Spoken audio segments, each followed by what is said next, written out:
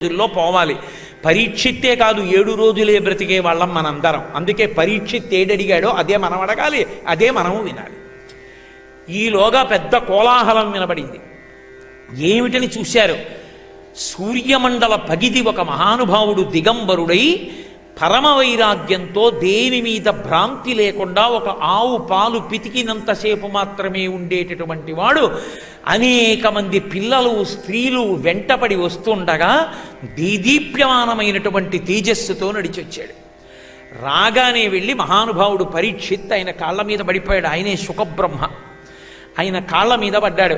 మహానుభావ భవిష్యజ్జన్మ జన్మంబులన్ హరి చింతారతియున్ హరి ప్రణుతి హరి భాషాకర్ణ నాసక్తియున్ హరి పాదాంబుజ సేవయున్ కలుగు మీరద్ధిన్ ప్రసాదింపరే. మీరు నాకు అటువంటి కథ చెప్పండి అని అడిగాడు. తప్పకుండా చెప్తానని ఒక ఆవు పాలు పితికినంతసేపు తప్ప ఏ గృహస్థు యొక్క ఇంటి ముందు నిలబడేటటువంటి లక్షణము లేని శుకుడు 7 రోజులు పరీక్షిత్తు యొక్క ఆర్తి విని భాగవతం చెప్పాడు. ఆ భాగవతమే పరంపరాగతంగా మనకి ఇవాళ అందింది. ఆ భాగవతాన్ని ఆయన ప్రవచనం చేస్తూ ఊరట కల్పిస్తాడు గురువు. మొట్టమొదట బెంగ పెట్టుకోవలసినటువంటి అవసరాన్ని ముందు తీసేస్తాడు. అందుకే అన్నాడు, 7 రోజులు బ్రతుకుతానంటున్నావు కదా, బెంగెందుకయా అన్నాడు. అదేమిటండి 7 రోజుల తర్వాత చచ్చిపోతానన్నది బెంగ కాదా? నువ్వెందుకు బెంగెట్టుకుంటావు? పూర్వం ఖట్వాంగుడని ఒక రాజు ఉన్నాడు. ఆయన ఈ భూలోకంలో ఉండేటటువంటి రాజ్యాన్ని పరిపాలన చేశాడు. దేవలోకంలో ఉన్న దేవతలు రాక్షసులతో యుద్ధం చేయడానికి శక్తి చాలక ఖట్వాంగుడిని తీసుకెడితే బాగుంటుందని తీసుకెళ్లారు. ఖట్వాంగుడు ఆ రాక్షసులతో యుద్ధం చేయడంలో చాలా కాలం నడిచిపోయింది. ఆఖరికి రాక్షసుల్ని మట్టు పెట్టాడు. ఇంద్రుడు సంతోషించి సత్కరించి ఏం కావాలన్నాడు.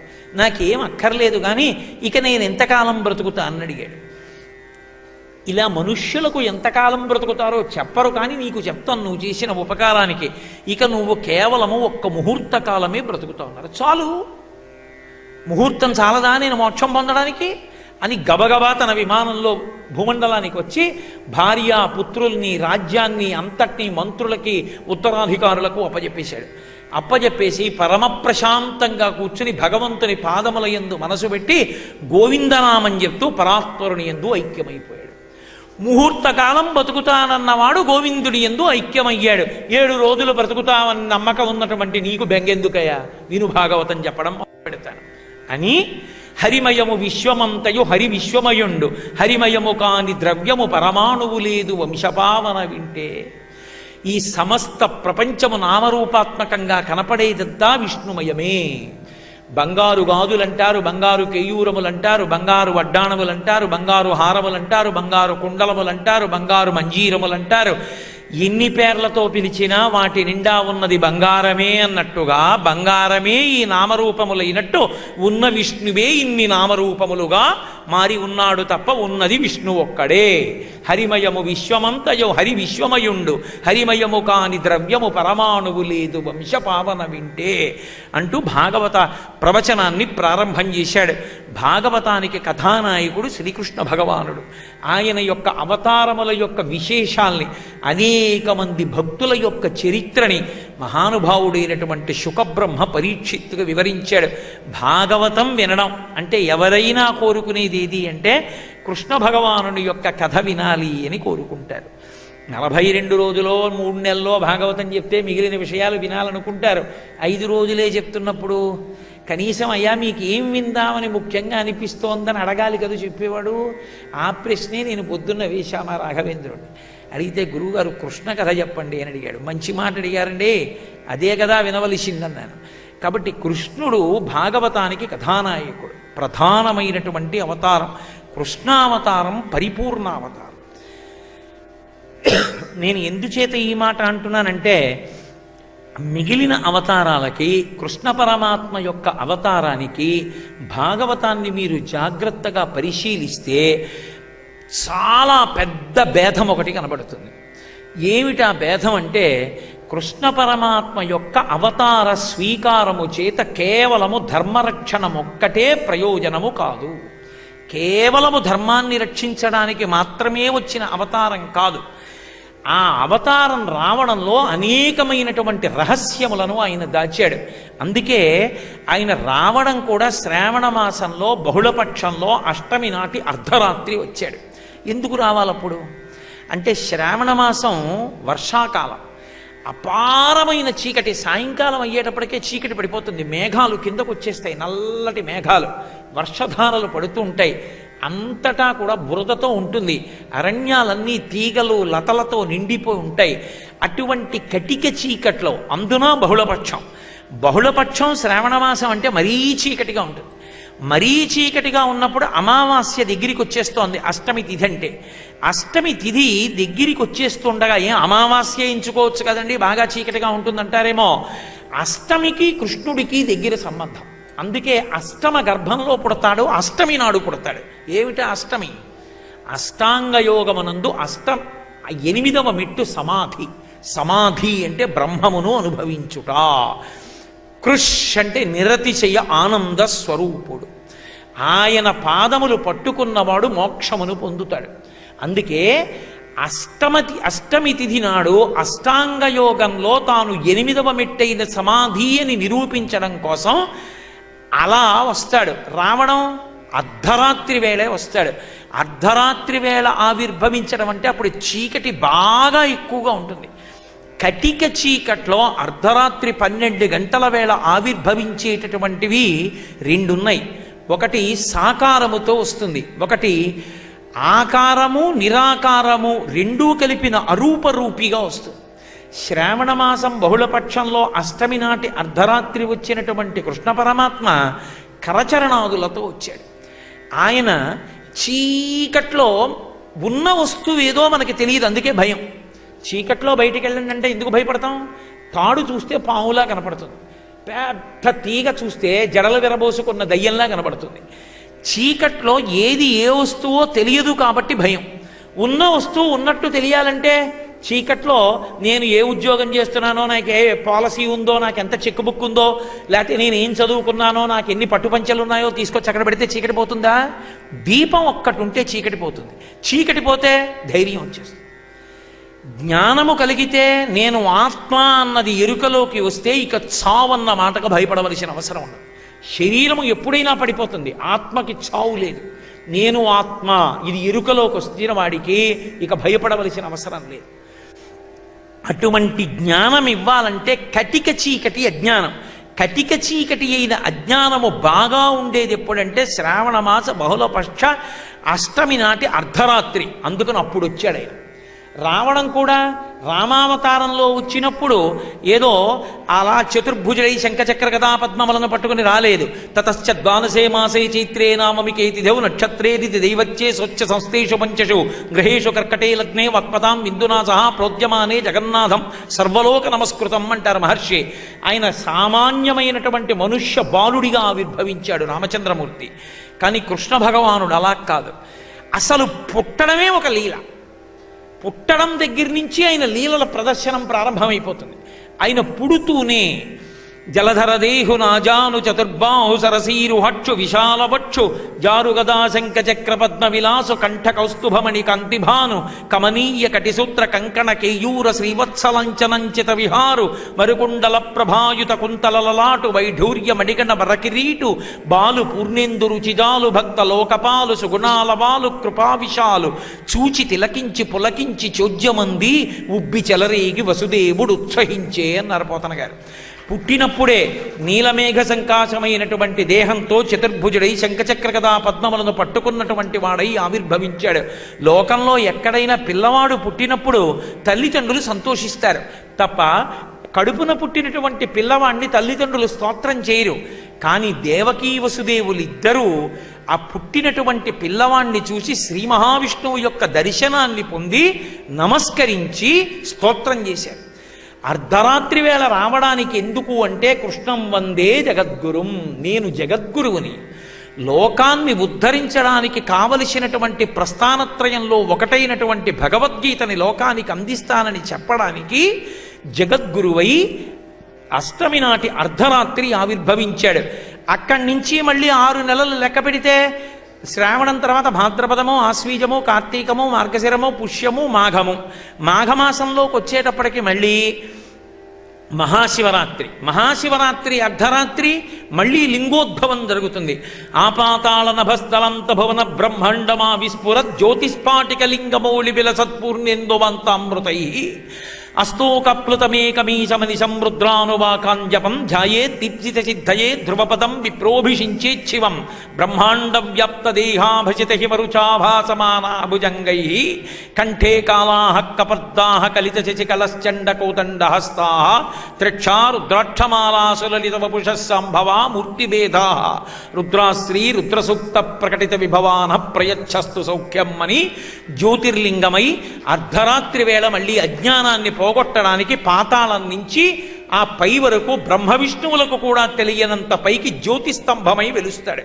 మళ్ళీ చీకటి పోగొట్టడానికి అరూపరూపి అయి శివలింగం వస్తుంది. రెండు అజ్ఞానమును పోగొట్టడానికి వచ్చినటువంటివే. శ్రీ శివాయ గురవే నమః. అందుకే కృష్ణం వందే జగద్గురుం. రెండు గురుస్వరూపాలై వచ్చాయి. అందుకే అష్టమి నాటి అర్ధరాత్రి వేళ ఆవిర్భవించాడు. ఆయన ఆవిర్భవిస్తూనే ఇద్దరి యొక్క ప్రబలమైనటువంటి కోర్కెలు తీర్చాలి. అందుకు ఆవిర్భవించాడు. ఒకటి ఇక్కడ దేవకీ వసుదేవుల కోర్కె తీరాలి, వేరొక చోట నందయశోదల కోర్కె తీరాలి. ఎందుకు తీరాలి అంటే తాను శ్రీ మహావిష్ణువుగా వారి మధ్య నిలబడినప్పుడు కటిక చీకట్లో అందరూ విష్ణుమాయ చేత నిద్రపోతూ ఉండగా దేవకీ వసుదేవుల్ని పిలిచి ఒక మాట చెప్పాడు. ఒకానొక సమయంలో ఈమె పేరు పృష్ణి, ఆయన పేరు సుతపుడు. దేవకీ వసుదేవులతో చెప్తున్నాడు, ఈ వసుదేవుడు ఒకప్పుడు సుతపుడు, ఈ దేవకీదేవి పృష్ణి. వీళ్ళిద్దరూ కలిసి 12,000 దివ్య సంవత్సరములు ఎండుటాకులు కూడా తినడం మాని నా కోసం తపస్సు చేశారు. అంత గొప్ప తపస్సు చేస్తే నేను ప్రత్యక్షమయ్యాను. అప్పుడు వాళ్ళు ఏమి కోరాలి? దుర్లభమైనటువంటి మోక్షాన్ని కోరాలి. కానీ వాళ్ళు విష్ణుమాయకి వశులయ్యారు. అంటే ఆయనే అలా కోరేటట్టు చేశాడు. ఏమి కోరేటట్టు చేశాడు? ఇంత తపస్సు చేసిన వాళ్ళు ఎదురుగుండా శ్రీ మహావిష్ణువు కనపడితే మోక్షం అడగకుండా నీలాంటి కొడుకు కావాలన్నారు. నాలాంటి కొడుకు నేను తప్ప వేరొకడు లేడు, కాబట్టి నేనే మీకు కొడుకుగా వస్తానన్నాను. ఆ సమయంలో వాళ్ళిద్దరూ సుతపుడు పృష్ణి అన్న పేరుతో ఉన్నారు కనుక పృష్ణి గర్భుడు అన్న పేరుతో అవతార స్వీకారం చేశాను. తర్వాత దేవకీ వసుదేవులు అదితి కశ్యపులయ్యారు. అప్పుడు వామనమూర్తినై వచ్చాను. ఇప్పుడు దేవకీ వసుదేవులయ్యారు, శ్రీకృష్ణ పరమాత్మనై వచ్చాను. 3 సమయాలలోనూ కూడా 3 అవతారములలో నేనే అవతార స్వీకారం చేసి వాళ్ళ కడుపున పుట్టాను. ఇక నేను వీళ్ళ కడుపున పుట్టవలసిన అవసరం ఉండదు. ఎందుకంటే ఈ జన్మ వారికి చివరి జన్మ. నేను కొడుకునన్న భావన చేత నన్ను నిరంతరము స్మరించిన కారణము చేత మోక్షానికి వెళ్ళిపోతారు. కొడుకు అన్న భావనతో స్మరించినా, ఏ భావనతో స్మరించినా ఫలితం అదే. కృష్ణతత్వం అనంత ఏ భావనతో కృష్ణుణ్ణి స్మరించండి, కృష్ణ స్మరణము చేత వచ్చేదేది అంటే మోక్షం. అందుకే ఆ కృష్ణ స్పర్శ మన మనసు మీద బాగా పడడానికే అన్ని లీలలు చేశాడు. ఎవరికీ అందనంత చేశాడు. ఏకకాలమునందు దేవకీ వసుదేవుల యొక్క వరాన్ని తీర్చాడు. అటు ధరాద్రోణులు ఉన్నారు. ధరాద్రోణులు, ద్రోణుడు అష్టవసువులలో ఒకడు, ఆయన భార్య ధరాదేవి. వీళ్ళిద్దరూ చతుర్ముఖ బ్రహ్మగారి దగ్గరికి వెళ్ళారు కృష్ణావతారం వచ్చే సమయంలో. వెడితే బ్రహ్మగారు అన్నారు, అందరినీ కృష్ణావతారంలో కృష్ణుడికి సహాయం చేయడానికి భూమి మీదకి వెళ్ళమన్నాను, మీరు కూడా వెళ్ళండి అన్నాడు. అంటే వాళ్ళు అన్నారు, మేము వెడతాం, కానీ మాకు వరం ఇస్తే వెడతామన్నారు. ఏం వరం కావాలన్నాడు. నాకేం వరం కావాలి అంటే భూమి మీదకి కృష్ణుడి యొక్క అవతారం వచ్చినప్పుడు ఆ కృష్ణుడికి సేవలు చేసుకునేటటువంటి అదృష్టము మాకు కల్పించు. అలా కల్పిస్తే మేము వెడతామన్నారు. తప్పకుండా మీకు అటువంటి అవకాశం కల్పిస్తాను, మీరు కృష్ణుడికి ఎన్నో సేవలు చేస్తారు, వెళ్ళండి అన్నాడు. అందుకే శుకబ్రహ్మని పరీక్షిత్తు గుండెలు బాదుకుని అడిగాడు, జగదీశ్వరునకు చన్నిచ్చు తల్లిగా ఏమి నోము నోచయి యశోద, పుత్రులంచు అతని పోషించు తండ్రిగా నందుడేమి చేసే నందితాత్మ. లోకాలనన్నింటినీ పోషించగలిగిన కృష్ణుడికి తల్లినని ఆమె స్తన్యం ఇవ్వడమా? లోకాలకి తండ్రి అయినటువంటి శ్రీ మహావిష్ణువుకి తాను అన్నం పెడుతున్నానని నందుడేమో నడిచి రావడమా? ఏ పుణ్యం చేశారయ్యా వీళ్ళిద్దరూ అన్నాడు. అంటే అప్పుడు చెప్పాడు శుకుడు, వీళ్ళు ధరాద్రోణులు, వీళ్ళు బ్రహ్మగారిని వరం అడిగితే మీరు ఆయన్ని సేవించే అవకాశం ఇస్తానని బ్రహ్మగారు వరం ఇచ్చాడు. కృష్ణ పరమాత్మ సేవ చేసుకునే అవకాశం కల్పించడం కోసం పుడుతూనే దేవకీ వసుదేవులకు కుమారుడై వేరొక పక్కన తాను పెరుగుతున్నప్పుడు తనకి సేవ చేయడానికి పెద్దవాడైపోయిన తర్వాత సేవ ఎవరు చేస్తారు? రుక్మిణీదేవి చేయాలి, అష్టమహిషులు చేయాలి, తల్లిదండ్రులు ఎందుకు చేస్తారు?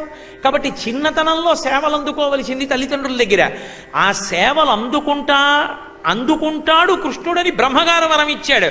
బ్రహ్మగారి మాట నిలబెట్టడానికి నందవ్రజానికి వెళ్ళిపోవాలతారు. అందుకని వెంటనే శిశురూపాన్ని పొందాడు, ఇంత విష్ణు స్వరూపాన్ని ఉపసంహారం చేశాడు. ఆయన ఇలా ఎత్తుకున్నాడంతే వసుదేవుడు. తెలుగు భాగవతం ప్రకారం అయితే ఎత్తుకుని గుండెల మీద పెట్టుకోగానే ఏం చెయ్యాలో తెలిసిపోయింది. ఎందుకు తెలిసిపోతుంది? పరిపూర్ణావతారం గనక కృష్ణావతారం. అవతారమునకు పరమేశ్వరుని యందు 3 లక్షణాలు ఉంటాయి. ఆయనకి ఆణవమలము, కార్మికమలము, మాయికమలము అని 3 మలములు ఉండవు. ఆణవమలము అంటే మనందరి శరీరాలు పంచభూతాలతో తయారవుతాయి. అన్నిటిలోనూ పృథివాప తేజోవాయురాకాశములు ఉంటాయి. కానీ భగవంతుని యొక్క శరీరము అలా నిర్మాణము కాదు, అది దివ్యమైనటువంటి శరీరం. ఆ శరీరం కాబట్టి ఆణవమలం ఉండదు, కార్మికమలం ఉండదు. చేసిన కర్మల యొక్క ఫలితాలు అనుభవించడానికి మనం పుడతాం. చేసిన కర్మల ఫలితం అనుభవించడానికి వచ్చినవాడు కాడు, మన కర్మలు దిద్దడానికి వచ్చినవాడు. కాబట్టి కార్మికమలం ఉండదు, మాయికమలం ఉండదు. మనం అందరము మాయ చేత ఆవహింపబడి ఉంటాం. కానీ ఆయన అలా మాయ చేత ఆవహింపబడడు, మాయాతీతుడై ఉంటాడు. మాయ ఆయనకి వశవర్తి అయి ఉంటుంది. అందుకని అటువంటి భగవత్ స్వరూపాన్ని ఇలా పట్టుకునేటప్పటికీ కృష్ణుడు చెప్పక్కర్లేదు, ఏం చెయ్యాలో అర్థమైపోయింది. వెంటనే కృష్ణుణ్ణి పట్టుకున్నాడు, బయలుదేరాడు. కాళ్ళకి చేతులకి వేసిన సంకెళ్ళు ఊడిపోయాయి, తలుపులకు వేసిన గొలుసులు ఊడిపోయాయి, మేకులు ఊడిపోయాయి. బయటికి వెళ్ళిపోతున్నాడు. వెంటనే ఆదిశేషుడు వచ్చాడు, పడగలు పట్టాడు, ఎక్కడ తలుపులు అక్కడ మూశాడు. కృష్ణుడి మీద ఏ వర్షం పడకుండా వెంట వస్తున్నాడు. యమునా నది ఒడ్డుకి వెళ్ళారు. ఆ శౌరికి తెరవసగను ప్రకాశోద్దత తుంగ భంగ కలిత ధరాసాకాశయగు యమున మును సీతేశునకు పయోధి త్రోవ ఇచ్చిన భంగిన్. ఒకప్పుడు రామచంద్రమూర్తికి సముద్రం ఎలా దారి చేసిందో అలా కృష్ణ పరమాత్మని ఎత్తుకుని వచ్చినటువంటి వసుదేవుడికి యమునా నది దారిచ్చింది. యమున దారివ్వడం అన్న మాటకు అర్థమేమిటి? యమున సూర్యుని యొక్క కూతురు, యముడు సూర్యుని యొక్క కొడుకు. కాలము ముందుకు వెళ్ళిపోతుంది, యమున ముందుకు ప్రవహిస్తుంది. ముందుకు వెళ్ళిపోతున్న కాలంలో ఏ జీవుడు ఎక్కడ పడిపోవాలో అక్కడ యముడు పడగొట్టేస్తాడు. ముందుకు వెళ్ళిపోతున్నటువంటి కాలము దారి ఇచ్చి ఇక పుట్టవలసిన అవసరం లేని స్థితి ఎవరికి కల్పిస్తుందంటే కృష్ణుణ్ణి గుండెల్లో పెట్టుకున్న వాళ్ళకి, కృష్ణుణ్ణి తల మీద పెట్టుకున్న వాడికి. అందుకు యమున దారి ఇచ్చింది. ఇప్పుడు యమున దారిచ్చింది, ఆవలి ఒడ్డుకి వెళ్ళాడు. అవతల నందవ్రజం ఉంది, ఇక్కడ కంసుడు ఉన్నాడు. కంసుడు ఉంటే కృష్ణుడు ఉండడు, కృష్ణుడు వస్తే కంసుడు ఉండడు. కామమున్న చోట కృష్ణుడు ఉండడు, కృష్ణుడు ఉన్న చోట కామం ఉండదు. రాముడు ఉన్న చోట కాముడు ఉండడు అన్నట్టు, రెండు ఒకటే కదు తత్వం. అందుకని తిన్నగా తీసుకెళ్ళాడు. అవతల నందవ్రజంలో నందుని యొక్క భార్య యశోదాదేవికి యోగమాయ ప్రభవించింది. ఎవరు యోగమాయ? ఇది భాగవతంలో పెద్ద రహస్యం. దీన్ని అద్భుతమైన రీతిలో కృష్ణావతారంలో సమన్వయం చేశారు. కృష్ణావతారంలో యోగమాయ అంటే ఎవరో కాదు, నారాయణ నారాయణి. లోకంలో దంపతుల పేర్లుగా ఉంటాయి, పార్వతీ పరమేశ్వరుల యొక్క పేర్లు కూడా విడిబడి ఉండవు. శివ శివాని, భవ భవాని, రుద్ర రుద్రాణి. వాళ్ళ ఏదో హంస హంసిని, నారాయణ నారాయణి, ముందువన్నీ పార్వతీ పరమేశ్వరుల పేర్లు. నారాయణ నారాయణి దంపతులు కారు, అన్నా చెల్లెళ్ళు. విష్ణువే యోగమాయగా ఉంటాడు, అయ్యవారే అమ్మవారి రూపాన్ని పొందుతాడు. అందుకే ఇద్దరూ అలంకార ప్రియులు, ఇద్దరూ అవతారాలు స్వీకరిస్తారు, ఇద్దరూ రాక్షస సంహారం చేస్తారు, ఇద్దరూ భక్త సంరక్షణం చేస్తారు. అందుకే విష్ణుమాయ, యోగమాయ. ఆ తల్లి స్త్రీ రూపంలో అక్కడ ప్రభవించింది. ప్రభవిస్తే ఇది తత్వంలో పట్టుకోవలసినటువంటి పెద్ద విశేషం. ఆ యోగమాయా స్వరూపమే పార్వతీ స్వరూపం అవుతుంది. అంటే విష్ణువు యొక్క స్త్రీ స్వరూపమే పార్వతీ స్వరూపం. ఇంతమంది ఉంటే పెద్ద అల్లరి కదండి. విష్ణువు పార్వతీ స్వరూపాన్ని పొంది పరమశివుని యొక్క సగభాగంలోకి వెళ్ళిపోతాడు. పిల్లలు ఆడవాళ్ళకు పుడతారా, మగవాళ్ళకు పుడతారా? అందుకే విష్ణువు నాభికమలంలోంచి బ్రహ్మగారు పుడతారు. విష్ణువుకి పార్వతికి అభేదం కనుక. కాబట్టి అర్ధనారీశ్వర స్వరూపం అవుతుంది. అప్పుడు అన్నీ కలిపి పర్యవసించి చిట్ట చివరికి ఒక్క శివతత్వంగా నిలబడిపోతుంది. కాబట్టి ఇప్పుడు యోగమాయ అక్కడ పుట్టింది. అక్కడ పుట్టినటువంటి యోగమాయ దగ్గరికి వెళ్ళి నందుడు నిశ్శబ్దంగా పడుకోబెట్టేశాడు. యోగమాయని తీసుకున్నాడు. అసలు ఇది వినడానికి సంభవం అండి. మిగిలిన వాళ్ళు నిద్రపోవచ్చు, ప్రసవమైన ఆడది నిద్రపోతుందండి లోకంలో. ఆవిడ నిద్రపోయింది. నిద్రపోయిందంటే ఆ విష్ణు మాయ అంత గట్టిగా పట్టుకుంది. ఆమె ప్రసవించింది, కూతురు పుట్టిందన్న విషయం తెలియదు యోగమాయకి. నందుడు తీసుకొచ్చాడు, కృష్ణుడిని పడుకోబెట్టాడు. ఎందుకని? కృష్ణుడి యొక్క అవతార ప్రయోజనం పూర్తవ్వాలి. ఇద్దరినీ ఏకకాలంలో కాపాడాలి. దేవకీ వసుదేవుల్ని, నంద యశోదల్ని పడుకోబెట్టి యోగమాయని ఎత్తుకున్నాడు. ఎవరికైనా తెలివిందా? ఎవ్వరికీ తెలివి లేదు. పిల్లవాడు ఏడిచాడా? ఏడవలేదు. పోనీ పిల్ల ఏడిచిందా? ఆమె ఏడవలేదు. వాళ్ళకెందుకు ఏడుపుంటుంది? ఏడిచే వాళ్ళను ఉద్ధరించడం మాల లక్షణం అయితే. కాబట్టి యోగమాయని చేత్తో పట్టుకున్నాడు. మళ్ళీ యమున దారిచ్చిందా? ఇచ్చేసింది. ఎందుకని? ఇద్దరు ఒకటే కనుక. ఇప్పుడు యమున దాటాడు, వెళ్ళిపోయాడు. మళ్ళీ అంతఃపురంలోకి వెళ్ళాడు. అంతఃపురంలోకి వెళ్ళి తిన్నగా పిల్లని తీసుకెళ్ళి దేవకీదేవికి ఇచ్చాడు. దేవకీదేవి ఏం చేస్తోంది? ఏమైపోయాడో నా కొడుకుని ఏడవట్లేదు, శుభ్రంగా నిద్రపోతోంది. ఎందుకని? అది పరమేశ్వరుడి యొక్క మాయాశక్తి. తన యొక్క అవతార వైభవం పూర్తవ్వాలంటే కంస సంహారం అవ్వాలి. అందుకని చెప్పి ఆమె నిద్రపోతోంది. వెళ్ళాడు, తట్టి లేపాడు, ఆడపిల్లని చేతిలో పెట్టాడు. తలుపులు మూసుకున్నాయి, తాళాలు తమంత తాము పడిపోయాయి. వసుదేవుడికి గొలుసులు మాత్రం పడలేదు, మళ్ళీ తాళాలు మాత్రం పడలేదు. మళ్ళీ ధర్మం తప్పకూడదు. అందుకే స్నానము చేయక రామిని ఆనందరసాబ్దిమగ్నుండై విప్రులకును ధేనువులను 10,000 మానసికముగ ధారబోస మరి ఇచ్చుటకున్. కొడుకు పుడితే గోదానం చెయ్యాలి. అందుకని చెరసాలలో ఉన్నాడు కాబట్టి మానసికంగా 10,000 గోవుల్ని విప్రులకి దానం చేసేసాడు. ఒక్క కృష్ణావతారంలో ఇన్ని చమత్కారాలు, ఇన్ని మలుపులు. అందుకని ఇప్పుడు 10,000 గోవుల్ని మానసికంగా ధారపోశాడు. కారాగారంలోంచి బయటికి వచ్చాక నిజంగా గోవుల్ని ఇస్తాననుకున్నాడు. స్నానం చేయాలి కొడుకు పుడితే. కారాగారంలో ఉన్నాడు, ఆనందరసాబ్ది ఎందు ఆనందరసంలో స్నానం చేసేశాడు. ఎందుకని? విష్ణువు కొడుకుగా పుట్టాడు, ఇంకంతకన్నా ఏం కావాలి? ఇప్పుడు వెళ్ళాడు. పదముల సంఖ్యల నిడుకొని మదితలచుచూరసుతుడు ముందరవోలెన్ గుదురుకొన రీతి దేహము కదిలించుచు నూరకుండె గురువరతమునన్. తనకి తానే సంకెళ్ళు వేసుకున్నాడు. యోగి ఒక్కసారి భగవత్తత్వాన్ని తెలుసుకున్న తర్వాత అందరిలాగే ఉంటాడు. సాలగ్రామం రాళ్ల మధ్యలోనే ఉన్నట్టు భగవత్తత్వాన్ని అనుభవించేవాడు ఏమీ తెలియని వాళ్ళ అందరిలోనే ఉంటాడు. కానీ ఆయన ఎప్పుడు యోగరతో వా భోగరతో వా సంగరతో వా సంగవిహీన యస్య బ్రహ్మణి రమతే చిత్తం నందతి నందతి నందత్యేవ. ఆయన పరవశిస్తూనే ఉంటాడు తనలో తాను. కాబట్టి ఇప్పుడు వసుదేవుడు సంకెళ్ళు తనకి తాను వేసుకున్నాడు. అంటే సంసారమునందున్నట్టు ఉంటాడు, కానీ సంసారమునందు లేడు. పడవ సముద్రంలో ఉన్నట్టు ఉంటుంది, కానీ సముద్రం మీద తేలుతూ ఉంటుంది. అలా ఉంటుంది ఆ తత్వం. ఇప్పుడు పాపం ఆ దేవకీదేవి లేచింది. పెద్ద ఆ పిల్ల ఏడిచింది. అయ్యో కూతురు పుట్టిందండి. ఇంతకుముందు కొడుకు పుట్టాడు, శ్రీ మహావిష్ణువు ప్రార్థన చేసింది, స్తోత్రం చేసింది, అన్నీ మరిచిపోయి ఆడపిల్ల తన పిల్లేని తాను రక్షించుకోవాలని మీదుమిక్కిలి ప్రయత్నాన్ని మొదలుపెట్టింది. ఏమన్నా అంత మాయ ఉంటుందా అని అనుకోకండి. మీరు క్షమించగలనంటే ఒక్క మాట చెప్తా. తాతగారు పోయారు, తండ్రి గారు పోయారు, పక్కింటివాడు పోయాడు, ఎదురింట్లో పోయారు, వెనకింట్లో పోయారు, పక్కింట్లో పోయారు, నేను మాత్రం శాశ్వతం అన్నట్టు ప్రతి వాళ్ళం బతికేయట్లా విష్ణుమాయతో. మన ఎందే మాయ అన్వయం అయితే వాళ్ళ ఎందు అన్వయం అయితే ఏమి ఆశ్చర్యపోవలసినటువంటి విశేషం. ఇప్పుడు ఆ పిల్లని పట్టుకుని పాపం ఏడుస్తోంది. భటులు గబగబా వచ్చారు, తాళాలు దానికి వేసినటువంటి ఆ ముద్రలు చూసుకున్నారు. ఏం అవలేదు, పరిగెత్తుకుంటూ వెళ్ళారు కంసమహారాజు దగ్గరికి. అయ్యా మేనకోడలు పుట్టింది అష్టమ గర్భంలో అన్నారు. ఆడపిల్లో మగపిల్లాడో నాకు గండం. పరిగెత్తుకుంటూ వచ్చాడు, తలుపులు తీశాడు. పాపం ఆ దేవకీదేవి ఏడుస్తోంది. అన్న శమింపు మన్నతగ తల్లుడు కాడిది మేనకోటలో మన్నన చేయు మన్న విను మానిని చంపుట రాచపాడి కాదన్న సుకీర్తి వై మనగదన్న మహాత్ములు పోవు త్రోవ పోవన్న భవత్ సహోదరి కదన్న నిను చరణంబు వేటదన్.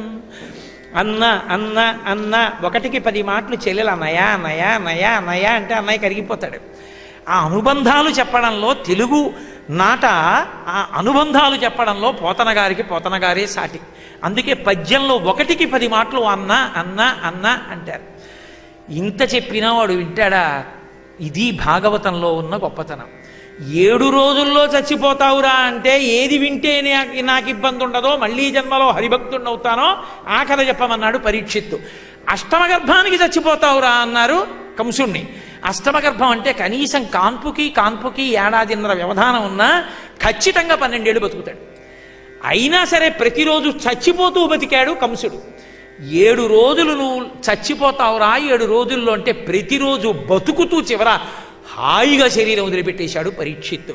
ఎలా బతుకుదాం అనుకుంటున్నావో నీకిష్టం, నీ ఇష్టం, ఏది వింటావో ఏది పాటిస్తావో భాగవతం తీర్పు. కాబట్టి ఆ కంసుడు వచ్చినవాడు వినకుండా ఆ పిల్ల యొక్క కాళ్ళు పట్టుకుని లాగి గిరగిర తిప్పి అక్కడ ఉన్నటువంటి బండకేసి కొట్టాడు.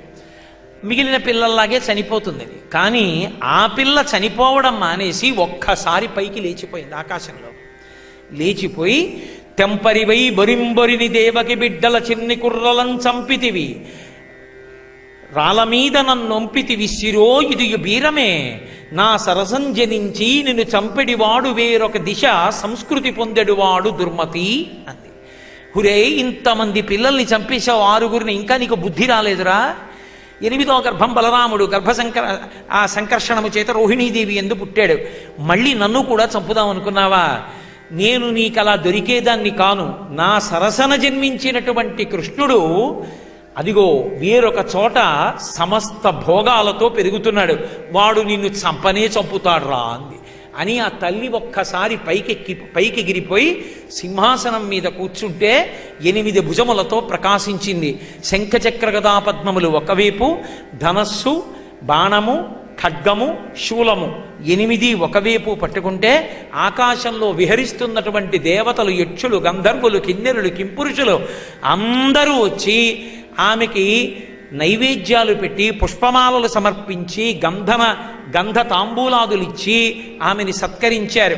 ఆ తల్లి ఈ భూమి మీద ఎక్కడ ఏ పేరుతో ఉండనివ్వండి, విజయ, చాముండి, శారద, కాళీ, దుర్గా, ఏ పేరుతో ఈ భూమి మీద ఉన్నప్పటికీ ఆ తల్లి యొక్క లక్ష్యం ఒక్కటే, ప్రజలకు క్షేమమును చేకూర్చట.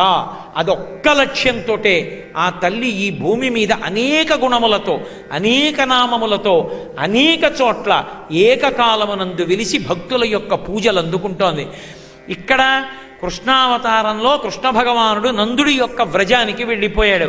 యువతల పక్కన దేవకీ వసుదేవుల దగ్గరికి వచ్చి కంసుడు వేదాంతం చెప్పాడు. మీకు ఆశ్చర్యం ఏమిటంటే రాక్షసులు చెప్పినంత వేదాంతం పురాణాల్లో దేవతలు, ఋషులు కూడా చెప్పారు. అంత గొప్ప వేదాంతం చెప్తారు. కానీ అది మెట్ట వేదాంతం. మెట్ట వేదాంతం అన్న మాటకు అర్థం ఏమిటంటే ఎవడు వేదాంతం చెప్తాడు తప్ప తన జీవితంలో అనుష్ఠాన పర్యంతంలోకి తెచ్చుకోడో, అలా తెచ్చుకోకుండా కేవలం చెప్పడానికే వేదాంతం పనికొస్తుందో అలాంటి వాడిని మెట్ట వేదాంతం ఉన్నవాడు అంటారు. రాక్షసుల వేదాంతం మెట్ట వేదాంతం. వచ్చాడు, దేవకీ వసుదేవుల యొక్క పాదముల మీద పడ్డాడు. పడి, అయ్యో నేను చంపేశాను మీ పిల్లలందరినీ అని మీరు అనుకుంటున్నారు, ఇంతకుముందు 6 పిల్లల్ని చంపాను కదా బావా, నేను చంపడం ఏమిటి? లోకంలో చంపేవాడెవడు, చచ్చిపోయేవాడెవడు బావా? ఆత్మ ఎప్పటికీ శాశ్వతంగా ఉంటుంది. భగవంతుడు అలా విధించాడు నా చేత చనిపోవాలని. ఆ అపకీర్తి నేను మూట కట్టుకున్నాను తప్ప నేనా కారకుణ్ణి, నన్ను మన్నించు బావా అన్నాడు. ప్రార్థన చేశాడు. వసుదేవుడు పాపం వెంటనే వేదాంతాన్ని స్మరించాడు, విడిచిపెట్టేశాడు. దేవకీ వసుదేవులు వెళ్ళిపోయారు. అయితే కృష్ణావతారం రావడానికి ఉన్నటువంటి నేపథ్యంలో ఉన్న విశేషాలలో ఇదొకటి. ఈ 6 పిల్లల్ని కంసుడు మొదట చంపలేదు. యథార్థానికి మొట్టమొదటి గర్భం పిల్లవాడు పుట్టగానే వసుదేవుడు పిల్లవాడిని చేతుల్లో పట్టుకుని తీసుకొచ్చి ఇచ్చేశాడు కంసుడికి. బావా మొదటి గర్భం చంపేయమన్నాడు. కానీ కంసుడు అన్నాడు, బావా నీ యొక్క మాట నిబద్ధత నాకు తెలుసు, బిడ్డలు పుట్టగానే తెచ్చిస్తానన్నావు, కడుపున పుట్టిన పెద్ద కొడుకునే తెచ్చి ఇచ్చేసావు, ఇది ఎవరికి చెందుతుంది? నిన్ను నేను నమ్ముతాను బావా, ఇబ్బంది లేదు, తీసుకెళ్ళిపో నీ కొడుకునన్నాడు. అలా 6 కొడుకులు పుట్టారు. 6 తిరిగి ఇచ్చేశాడు. వసుదేవుడు పట్టుకొచ్చేవాడు, కంసుడు తిరిగి ఇచ్చేసేవాడు. 7వ కడుపున పిల్లవాడు పుట్టలేదు. బలము మిగుల కలుగ బలభద్రుడనిలోక రమణుడగుట చేసి రాముడనియు సతికి పుట్టె గర్భ సంకర్షణంబున సంకర్షునండనటి గనుడుసుతుడు.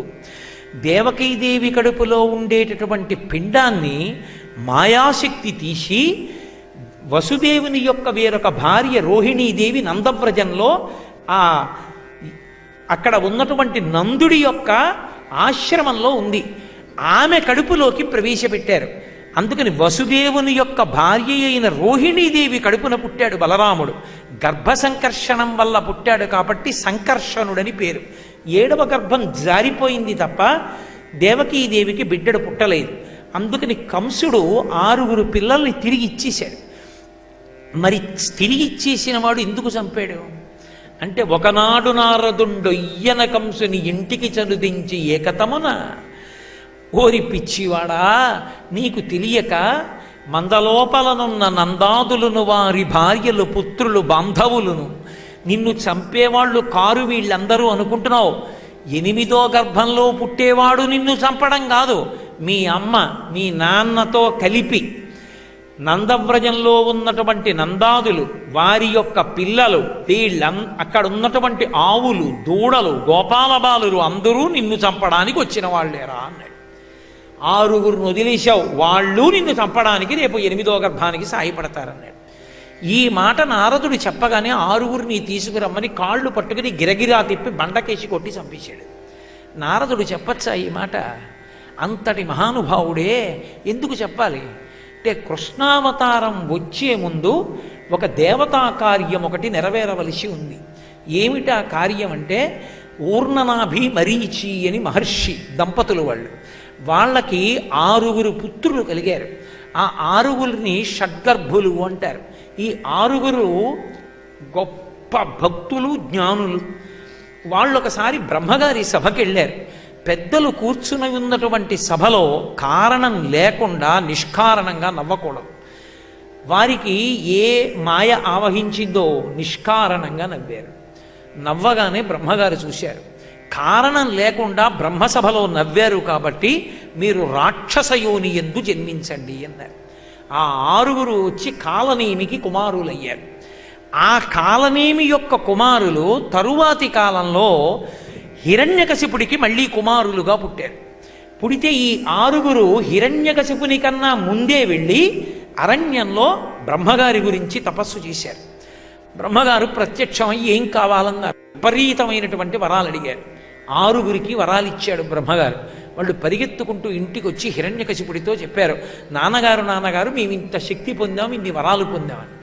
వాడు తండ్రి అయిన రాక్షసుడు. నేనే పొందలేదు కదా ఇన్ని వరాలు ఇంత శక్తి, కొడుకులు మీరు బ్రహ్మగారి గురించి తపస్సు చేసి ఇన్ని వరాలు పొందడమా? ఇది రాక్షసత్వం అంటే. రాక్షసత్వం అంటే ఎక్కడో ఉండదు.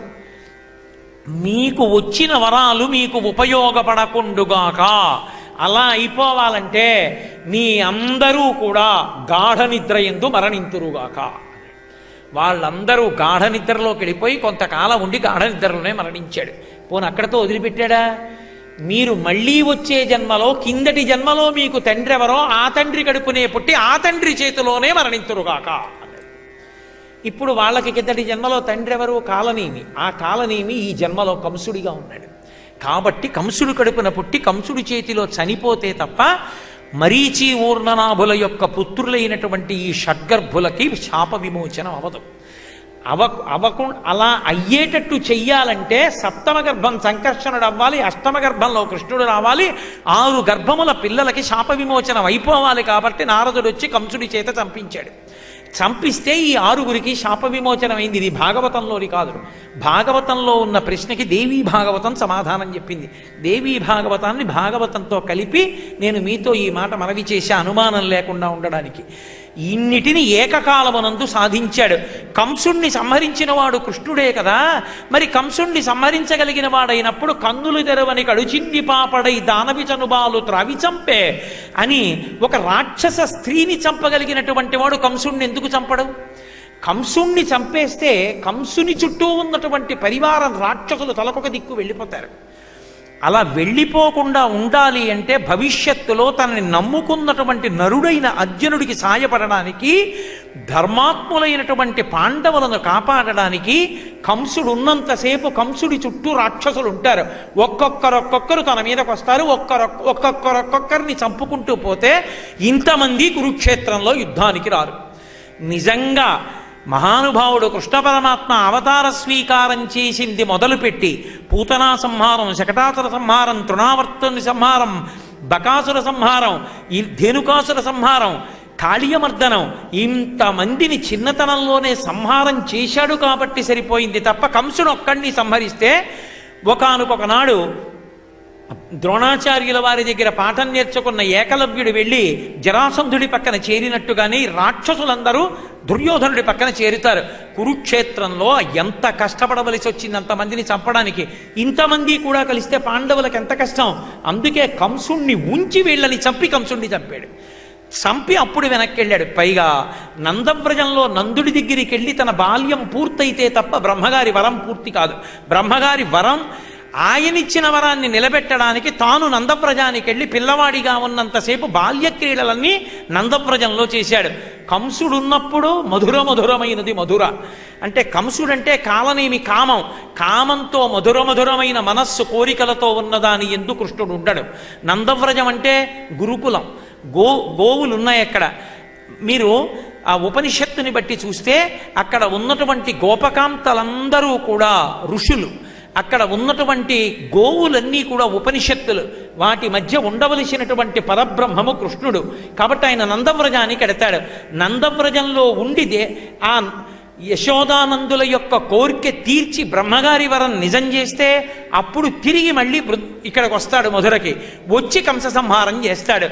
ఇన్నిటిని ఏకకాలమునందు సాధించడం కోసమని ఎప్పుడో 12,000 సంవత్సరములు తపస్సు చేసినటువంటి పృష్ణి శుతపులకు మోక్షము కావాలనేటటువంటి కోరిక నోటి వెంట రాకుండా చేసి విష్ణుమాయ వాళ్ళని పట్టుకునేటట్టు చేసి వాళ్ళ నోటి వెంట నీలాంటి కొడుకు కావాలని అనిపించి తాను అవతార స్వీకారం చేసి వాళ్ళకి గుర్తు చేశాడు. మనం ఎప్పుడో ఒక్కసారి చేసినటువంటి పుణ్యాన్ని మనం మర్చిపోవచ్చు, కానీ భగవంతుడు మాత్రం మర్చిపోడు. తెలిసో తెలియకో భవిష్యోత్తర పురాణంలో అంటారు, ఏకేన తులసి మాత్రదలేనాపి నరోత్తమ పూజయేద్ భక్తిభావేన తం రక్షామితి మత్పణః అంటారు. ఒక్క తులసి దళాన్ని ప్రీతితో భగవంతుడి పాదముల మీద వేస్తే చాలు, వెంటపడి పట్టుకుంటాడు. ఎవడన్న దానితో కూడా ఆయనకి సంబంధం లేదు. అందుకే శంకరులు అంటారు శివానందలహరిలో, నరత్వం దేవత్వం నగవన మృగత్వం వచకత పశుత్వం కీటత్వం భవతు విహగత్వాది జననం సదాత్పాదాబ్జ స్మరణ పరమానందలహరి విహారాసక్తం చేద్రు దయ్యమిహ కింకేన వపుషా అంటారు. ఏ శరీరమైతే ఏం కావాలి, భగవంతుని యందు భక్తి ఉంటే చాలు. అటువంటి భక్తితో ఒకనాడు భగవంతుడికి చేసినటువంటి సేవని గుర్తు పెట్టుకుని 3 సార్లు వాళ్ళకి కొడుకుగా వచ్చి, ఇక నేను మీ కడుపున పుట్టను, మీరు పుట్టరు, నన్ను కొడుకన్న భావనతో స్మరించిన కారణం చేత మీరు మోక్షాన్ని పొందుతారని వాళ్ళకి మోక్షస్థితిని కల్పించి కృష్ణ స్మరణముల చేత మనందరం కూడా తరించగలిగినటువంటి యోగ్యతను మనకి కల్పించినటువంటి మహానుభావుడు కృష్ణ భగవానుడు. ఇన్నిటిని ఏకకాలమునందు సాధించింది కృష్ణావతారం. అందుకే ఆ అవతారం పరిపూర్ణావతారం. కృష్ణ లీల ఎక్కడ ప్రారంభం అంటే కృష్ణావతార స్వీకారమునందు ప్రారంభం.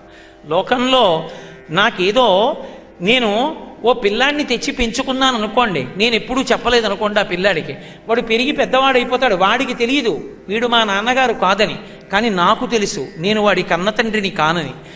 తప్ప వాడికి తెలియడం ఈయన నాకు ఒక అన్న తండ్రి కాదని వాడికి తెలిసి వీడు నాకు కడుపున పుట్టిన బిడ్డ కాడని నాకు తెలియకుండా ఉండడం లోకంలో ఉంటుందా? ఉండదు. విచిత్రం ఏమిటంటే కృష్ణావతారంలో ఎవరు పెంచుతున్నారో ఆ నందయశోదలకి కృష్ణుడు తమ కడుపున పుట్టిన కొడుకు కాడన్న విషయం తెలియదు.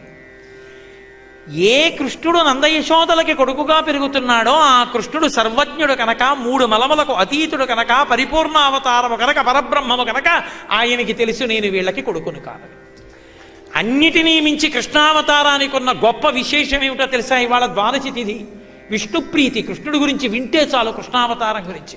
పక్క భీష్మేకాదశి పక్కన వచ్చిన ద్వాదశి మాఘమాసంలో ఏ పాములెరుగక ఏ పారుమేటికి పశుల కాపరి ఇంట పాము కలిగే, ఏ కర్మయులు లేక వెలయునొక్కడికి ని జాతకర్మంబులు సంభవించే, ఏ తల్లి చనుబాలు ఎన్నడెరుగని ప్రోఢ తల్లి యశోద చన్నుల పాలు త్రవనిరిగే, ఏ హాని వృద్ధుల నెరుగని బ్రహ్మంబు పొదివిటిలో వృద్ధి పొందనుందే, ఏ చదువులనైన ఎలమి పండని పంట వల్లవీ జనముల పాడపండే, ఏ చదువులనైన ఇట్టిట్టిదనరాని అర్ధమవయవముల యందు అందముందే, ఏ తపములనైన ఎలమి పండని పంట వల్లగీ జనముల వాడపండే.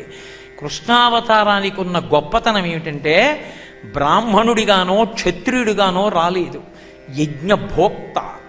ఓం నమో నారాయణాయ స్వాహ అని స్వాహాకారంతో ఇచ్చినటువంటి హవిస్సుని తినేటటువంటి పరబ్రహ్మం ఎవరు బ్రహ్మాదులకు కూడా దర్శనమివ్వడో, ఎవడు వాణి మాత్రమే వినపడుతుందో ఆర్తితో ప్రార్థన చేస్తే, ఎవడు సమస్త జగత్తును ఆవరించి ఉంటాడో, ఏ లక్ష్మీదేవి కూడా కొన్ని వేల సంవత్సరములు తపస్సు చేస్తే ఆయన పాదములకు వంటి ఉన్నటువంటి ధూళికణాన్ని దర్శనం చెయ్యగలిగిందో, శూరులు తొల్లియే విభుని శోభిత పాదనక ప్రభావళించేది భవంధకారముల చిక్కక ఉందురు వట్టి దేవుని వైరముతోడనైన గెలువన్ నను పంపి శుభంబు చేసి నిష్కారణమైన ప్రేమ ఇది కంసని పోలు సకొండు కల్గుని అంటాడు అక్రూరుడు. కొన్ని జన్మల పాటు సంసారములు విడిచిపెట్టి హిమాలయ పర్వతాల మీద కూర్చుని తపస్సు చేసినప్పటికీ ఏ మహానుభావుని కాలి గోటి కాంతి కూడా దర్శనం కాదో అటువంటి వాడు ఎక్కడికొచ్చి అవతార స్వీకారం చేశాడంటే అన్నిటికన్నా కిందకొచ్చేసి, తలకడిగితే మొలకడగని వాళ్ళు, మొలకడిగితే తలకడగని వాళ్ళు, నిన్న రాత్రి నిలవపెట్టిన సద్దన్నం ఇవాళ తినేటటువంటి అలవాటు ఉన్నటువంటి గోపాలబాలుర కుటుంబంలో పుట్టాడు. ఏ పాములెరుగక ఏ పారుమేటికి పశుల కాపరి ఇంట పాము కలిగి. పోని ఊరుకున్నాడా అక్కడతో? ఏ కర్మయులు లేక వెలయునొక్కడికి ని జాతకర్మంబులు సంభవించే. అసలు ఆయనకి కర్మ చెయ్యవలసిన అవసరం లేదు, కర్మే లేదు ఆయనకి. పరమాత్మకి కర్మ ఎక్కడుంది? ఏ కర్మ లేని వాడికి జాతకర్మ చేశారు. జాతకర్మ చేసి ఆయనకు నామకరణం చేశారు, అన్నప్రాసన చేశారు, ఆ పిల్లాడిని తీసుకొచ్చి ఓ బండి కింద ఉయ్యాల గట్ట అందులో పడుకోబెట్టారు. ఇవన్నీ చేయిస్తుంటే ఏమీ తెలియని పిల్లాళ్ళ చేయించుకున్నాడు. జాతకర్మంబులు సంభవించే, ఏ తల్లి చనుబాలు ఎన్నడెరుగని ప్రోఢ తల్లి యశోద చన్నుల పాలు త్రావనిరిగి. ఆయనే లోకములకు తల్లి, ఆయనే లోకములకు తండ్రి. అటువంటి వాడు తల్లి అన్న శబ్దం తెలియనివాడు, తల్లి చనుబాలు తాగడం తెలియనివాడు కృష్ణావతారంలో అమ్మ ఒళ్ళో పడుకున్నాడు, అమ్మ స్తన్యం తాగాడు. అమ్మా అన్న మాట ఎంత ప్రీతిపాత్రమైందో తెలుసుకున్నాడు. అమ్మకి ఎన్నిసార్లు 2 పర్యాయాలు విశ్వరూప సందర్శనం ఇచ్చాడు. అమ్మతో ఆడుకున్నాడు, అమ్మతో పాడుకున్నాడు. యశోదమ్మ మీద అంత ప్రీతి ఉన్నాడు. కాబట్టి ఏ తల్లి చనుబాలు ఎన్నడెరుగని ప్రోఢ తల్లి యశోద చనుల పాలు త్రావనిరిగే, ఏ హాని వృద్ధుల నెరుగని బ్రహ్మంబు పొదివిటిలో వృద్ధి పొందనుందే. మనకైతే 6 వికారాలుంటాయి. పుట్టినది, ఉన్నది, పెరిగినది, తరిగినది, మారినది, నశించినది. ఏదో ఒక ప్రత్యేకమైన తేదీకి ముందు ఈ శరీరం లేదు, ఒక ప్రత్యేకమైన తేదీ నాడు ఈ శరీరం పుట్టింది. పుట్టిన శరీరము ఉన్నది, ఉన్నది పెరిగినది, పెరిగినది తరిగినది. కొంతకాలం అయిపోయిన తర్వాత వృద్ధాప్యం వస్తే సన్నబడిపోతుంది. తరిగినది, మార్పు చెందినది. ఆయనేనండి ఈయన అని ఆశ్చర్యపోయేటట్టు అయిపోతుంది. నశించిపోయినది, ఒకనాడ శరీరం పడిపోతుంది. పరమాత్మకి ఆ వికారాలు లేవు. ఏ వికారాలు లేనివాడు అమ్మ ఒళ్ళో పెరుగుతున్నాడు. ఎంత విచిత్రం! పెరగడం తరగడం తెలియని పరమాత్మ పెరుగుతున్నాడు అమ్మ ఒళ్ళో. దీనికి చాలదన్నట్టుగా ఏ తపములనైన ఎలమి పండని పంట వల్లవీ జనముల వాడపండే. ఎంత తపస్సు చేసినా మాంసనేత్రంతో చూడడానికి వీలు కాని పరమాత్మ, ఏ తపస్సు లేని వాళ్ళు, అసలు శౌచమన్న మాట తెలియనటువంటి వాళ్ళు, సద్దన్నం తినేవాళ్ళు, పశువుల్ని కాసుకునేటటువంటి గోపాల బాలుర మధ్యలో పుట్టి గోపకాంతల ఇళ్ళకెళ్ళి వెన్న తిని వాళ్లతో ఆడుకున్నాడు. ఏ చదువులనైన ఇట్టిట్టిదనరాని అవయవముల యందు అందముంది. ఎంత చదువుకున్నవాడైనా పరబ్రహ్మం ఎలా ఉంటుందంటే చెప్పు అంటే చెప్పలేరు. అందుకే ఈ లోకంలో ఎంగిలి కానిదంటూ ఉంటే ఒక్కటే అన్నారు రామకృష్ణ పరమహంస. భాగవతం కూడా ఎంగిలైపోయింది. ఎందుకంటే నేను మాట్లాడినప్పుడు నా నోట్లోంచి రాలా ఎంగిలైంది. కానీ ఎంగిలి కానిది ఒక్కటే ఆత్మ. అది అనుభవింపబడుతుంది తప్ప చెప్పబడదు. యతో వాచో నివర్తంతే అప్రాప్య మనసా సహా. మనసు వాక్కు పని చేయకుండా ఆగిపోయిన చోట ఆత్మ అనుభవింపబడుతుంది. అటువంటి ఆత్మస్వరూపుడైనటువంటి కృష్ణుడు ఏ చదువుల చేత చెప్పబడనటువంటి వాడు ఆ వల్లవీజనముల మధ్య గోపకాంతల మధ్యలో అందమైన రూపంతో పెరిగి పెద్దవాడవుతున్నాడు. అందరూ చూడడానికి వీలుగా. ఏమి విశేషం కృష్ణావతారం! అంత అద్భుతమైనటువంటి పరిపూర్ణావతారం కృష్ణావతారం. ఈ కృష్ణావతారంలో అసలు ఆయన బాల్య క్రీడలు, ఆయన నందయశోదల దగ్గర పెరగడం, ఆయన పుట్టడం నేను ఇక్కడ వరకే చెప్పా. అటుపక్క కథ ఉంది కదూ. అసలు ఆ నందయశోదల దగ్గర ఆయన పుట్టడం, పుట్టినప్పుడు ఆయన క్యారమని ఏడవడం, ఏడిచినప్పుడు ఆ గోపకాంతలు పరిగెత్తడం, నీళ్లు పొయ్యడం, అబ్బో ఆయన్ని పడుకోపెట్టడం, ఆయన అల్లరి, ఆ విశేషాలు ఇవన్నీ ఎల్లుండి చెప్తా. ఏం రేపెందుకు చెప్పవని అడుగుతారేమో. ఎల్లుండి ఉదయం కన్యకామునుల కొరకు రుక్మిణీ కళ్యాణం చేయించాలి అని భరద్వాజ రుద్రాభిషేక సంఘ సభ్యులు సంకల్పం చేసి ఉన్నారు. రుక్మిణీ కళ్యాణం కన్యపిల్లలతో చేయించకుండా పెళ్లి ప్రయత్నం చెయ్యరు. కాత్యాయని వ్రతం కానీ రుక్మిణీ కళ్యాణం కానీ తప్పకుండా చేయిస్తారు. నేను కూడా నా కూతురితో అనేక పర్యాయాలు రుక్మిణీ కళ్యాణం చేయించా. అందుకేనేమో వంశీకృష్ణ అని పేరున్న అల్లుడు వచ్చాడు. రుక్మిణీ కళ్యాణం చేత రెండు విషయములు సాధింపబడతాయి.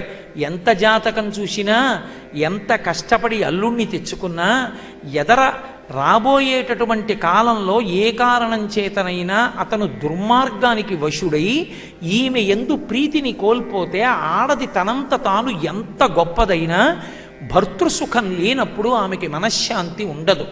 అయోగ్యుడైనటువంటి వరుడు రాకుండా యోగ్యుడైన వరుడు వచ్చేటట్టుగా చెయ్యగలిగినది రుక్మిణీ కళ్యాణం. రెండవది, రుక్మిణీ కళ్యాణానికి ఉండేటటువంటి గొప్పతనం ఏమిటి అంటే, చాలా యుక్తమైనటువంటి వయస్సులో ఉన్న ఆడపిల్లలకి వివాహం ఆలస్యమై బాధపడాలి అని ఉంటే అటువంటి ఆలస్యం జరగకుండా తొందరలో వరుడు లభించి వివాహం అవుతుంది అని పెద్దలు ఇప్పటికీ నమ్మి చెప్తారు. పెద్దలు చెప్పడం ఏమి, ఒకానొకప్పుడు కాకినాడలో రుక్మిణీ కళ్యాణం చేయిస్తే భాగవతం చెప్పి 42 రోజులు కొన్ని వేల మంది ఆడపిల్లలు రుక్మిణీ కళ్యాణం చేస్తే ఏకంగా ఇంత కట్టల కట్టల శుభలేఖలు వచ్చాయి. అన్ని పెళ్ళిళ్ళు జరిగాయి. అంత గొప్పది రుక్మిణీ కళ్యాణం. భరద్వాజ రుద్రాభిషేక సంఘ సభ్యులు చాలా ఉదాత్తమైన పని చేస్తున్నారు.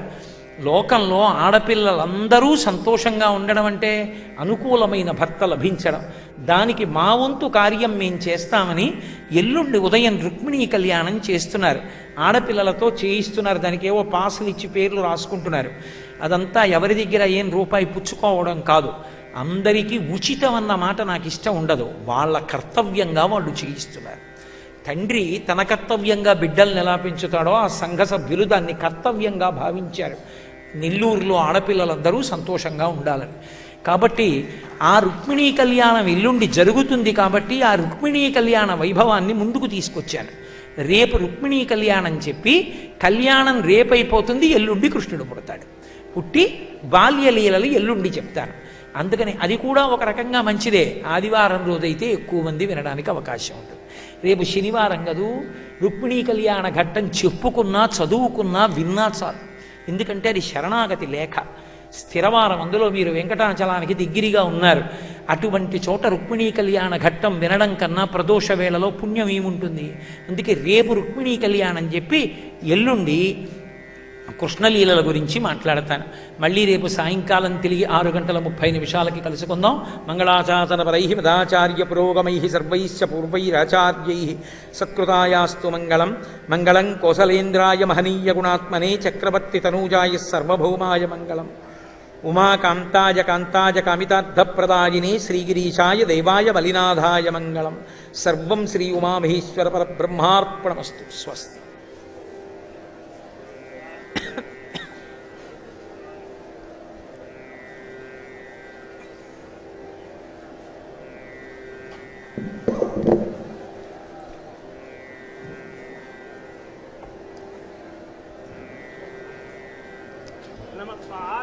పార్వతీ